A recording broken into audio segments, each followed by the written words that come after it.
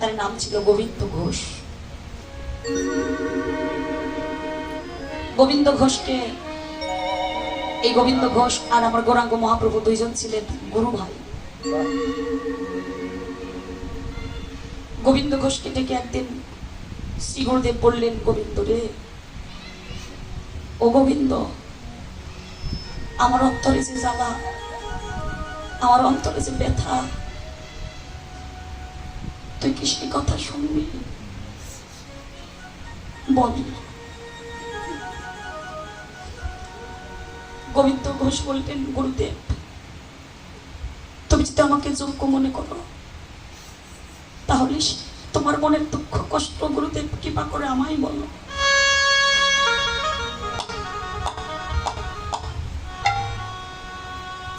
গোবিন্দ,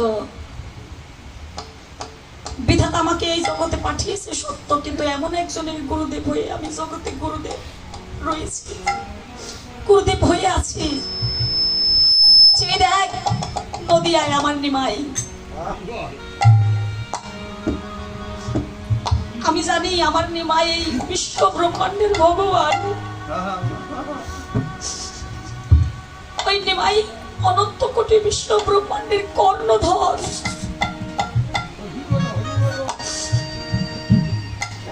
আমি জানি নিমাই আমার ভগবান, কিন্তু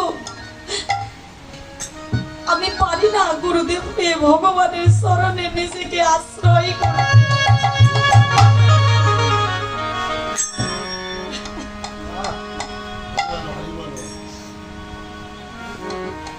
কেন জানিস? আমি গুরুদেব হয়ে কেমন করে শিষ্যের চরণ সেবা করবো আমায় বলে দে।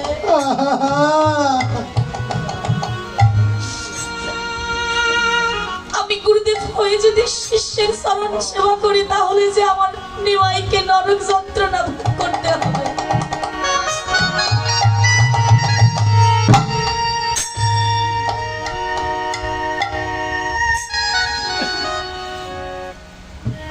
আমার ভাগ্যে কি এই জন্মে ভগবানের সেবা পূজা হবে না রে? আমি কি একবার ভগবানের চরণ ধুলি আমার অঙ্গে মাপতে পারবো না? বল। আমি যে ভগবান ভগবান বলে কাঁদিতেও পারি না রে। ও গোবিন্দ, তুই তো আমার শিষ্য, আমি তোর গুরুদেব। যেদিন আমি তোর কর্ণ বলে মহামন্ত্র দীক্ষা মন্ত্র দান করেছিলাম, সেই দিন তোর দেহটা আমার দেহ হয়ে গেছে, আর আমার দেহটা তোর দেহ হয়ে গেছে। এই যে গুরু শিষ্যের মিলন।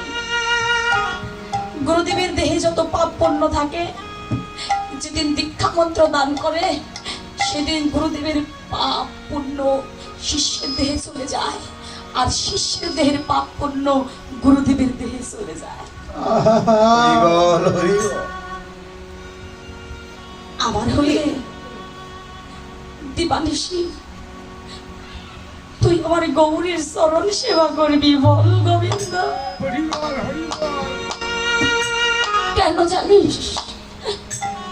তুই যদি গৌরীর চরণ সেবা করিস, আমার ভাগ্যেও গৌরী চরণ সেবা হয়ে যাবে। হরি বল, হরি বল। গোবিন্দ, এই জন্ম তো আমার চলে গেছে, আর আসবে না। এই জন্মে তো আমার গোবিন্দ রে ভগবানের সেবা পূজা হলো না। হে গো প্রভু, তোমার ওই চরণে নিবেদন, আবার যদি এই জগতে পাঠাও, তোমার চরণে সেদিন মিনতি রইল, তোমার চরণ সারা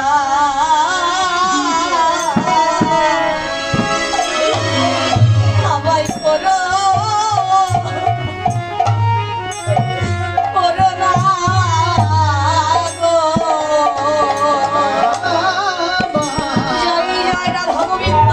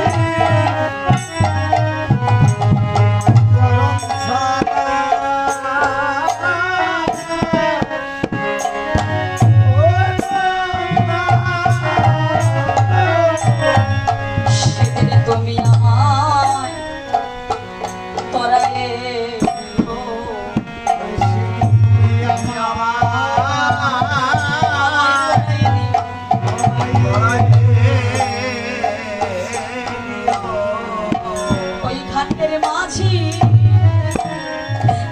ওরে বান্ধব তুমি হইল সেদিন ওই ঘাটে আমায় তরাইলে নিও ঘাটের মাঝি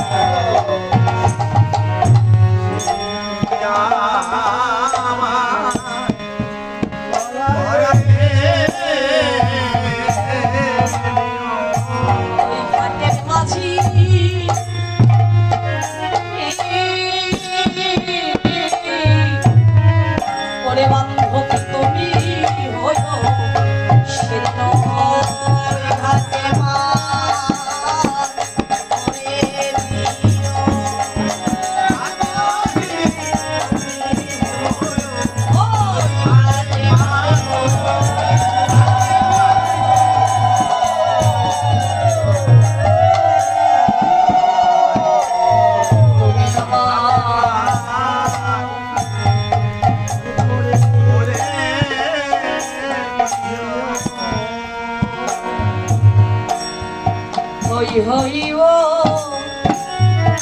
বলিয়া মোরা ফিরায়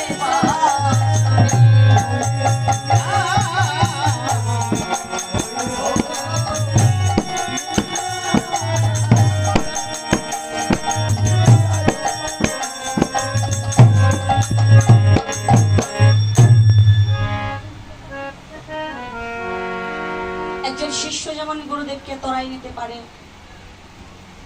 গুরুদেবও তদ্রূপ শিষ্যকে তরাই নিতে পারে।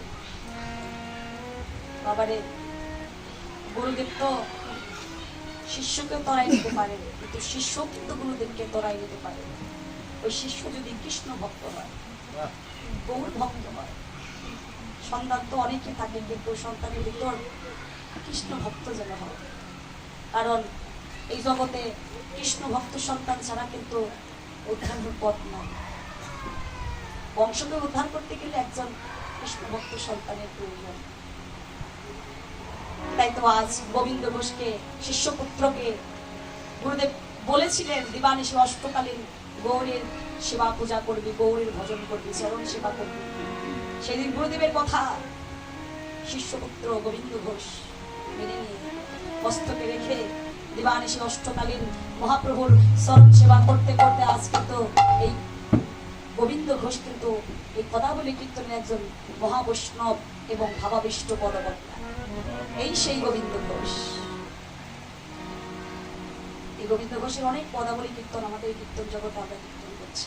তিনি কিন্তু মহাবৈষ্ণব, ভাবাবিষ্ট। জয় রাধে, হরে কৃষ্ণ। পথের সন্ধান কিন্তু বলে দিয়েছিল, তাই বলে কিন্তু আজ এত বড় বৈষ্ণব সে হয়েছে। জয় নিতাই। তাই তো আজ পাচনি বিরাজছে হরিনামের পাচনি, হরিনাম নিবেদন করছে। সঙ্গে কে আছে? পদকর্তা কলম দিলেন, দেখো দেখো সঙ্গে কে আছে? ভাবক পদকর্তা কলম দিলেন। হরে রামায় সুন্দরানন্দ সঙ্গে নিত্যানন্দ।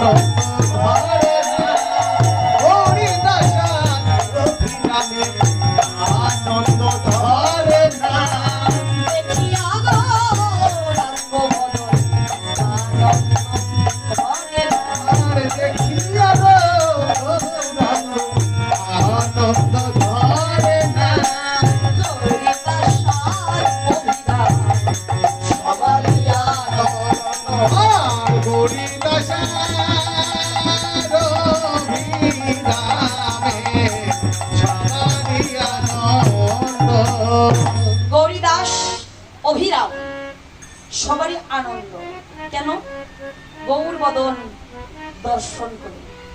চেয়ে দেখবেন মা, যারা এই জীবনে সর্বস্ব দিয়ে যদি একজন আরেকজনকে ভালোবাসে, ওই ভালোবাসার মানুষটাকে দর্শন করা মাত্র, ওই ভালোবাসার বদন দর্শন করা মাত্র এই অন্তরে যে আনন্দ হবে, এই আনন্দ কিন্তু আর অন্য কোথাও মিলবে না। তাহলে ভক্তের আনন্দ কিসে হয় বাবা? ভক্তের আনন্দ হয় ভগবানের বদন দর্শন করলে। এর থেকে আনন্দ আর জগতে কি আছে? কারণ ভক্ত তো তার সর্বস্ব দিয়ে ভগবানকে ভালোবাসে। তাই আজ নদিয়ার সমস্ত অন্তরঙ্গ ভক্তদের আনন্দ কিসে? গৌর বদন দর্শন করে। গৌরাঙ্গ মহাপ্রভু যখন হরি নামে নৃত্য করতে করতে আসছে, নদিয়ার ভক্তবৃন্দ থাকতে পারলো না, সঙ্গের সঙ্গী হলো মহাপ্রভু। আজ প্রভুর সঙ্গে সঙ্গী হয়ে একে নৃত্য করলেন, পদকর্তা কলম দিলেন, আজ নিত্যানন্দ নাচে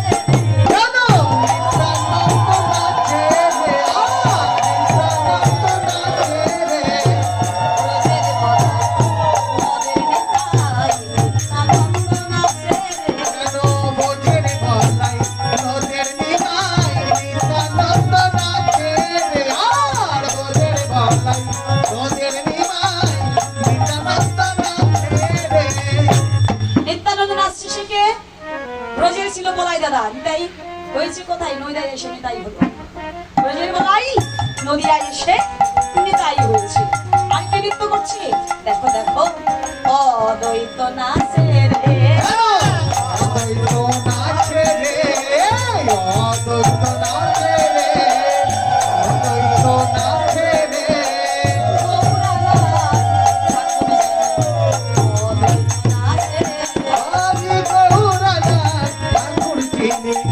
অদ্বৈত নাচে রে, আজ গদাধর নাচে রে, কেন গদাধর নাচে রে, গদাধর নাচে রে,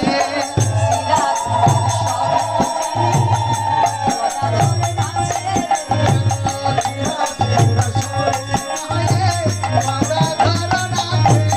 আজ গদাই রাধা, রাধাই গদা, গদাধর নাচে রে, গদাই রাধা, রাধাই গদা, গদাধর নাচে রে, শ্রীবাস নাচে রে, শ্রীবাস নাচে রে, শ্রীবাস নাচে রে, রানী মাই গৌর নাচে, শ্রীবাস নাচে রে, জগতি নাই শ্রীবাস নাচে, সেই শ্রীবাস নাচে রে, রানী মাই গৌর নাচে, শ্রীবাস নাচে রে, জগতি নাই গৌর নাচে, সেই শ্রীবাস নাচে রে, আজ ভক্তবৃন্দ নাচে রে, আজ ভক্তবৃন্দ নাচে রে,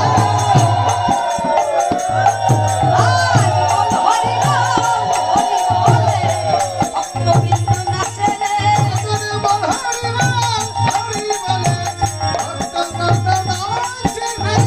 প্রেম ছে কে কে নৃত্য করছে?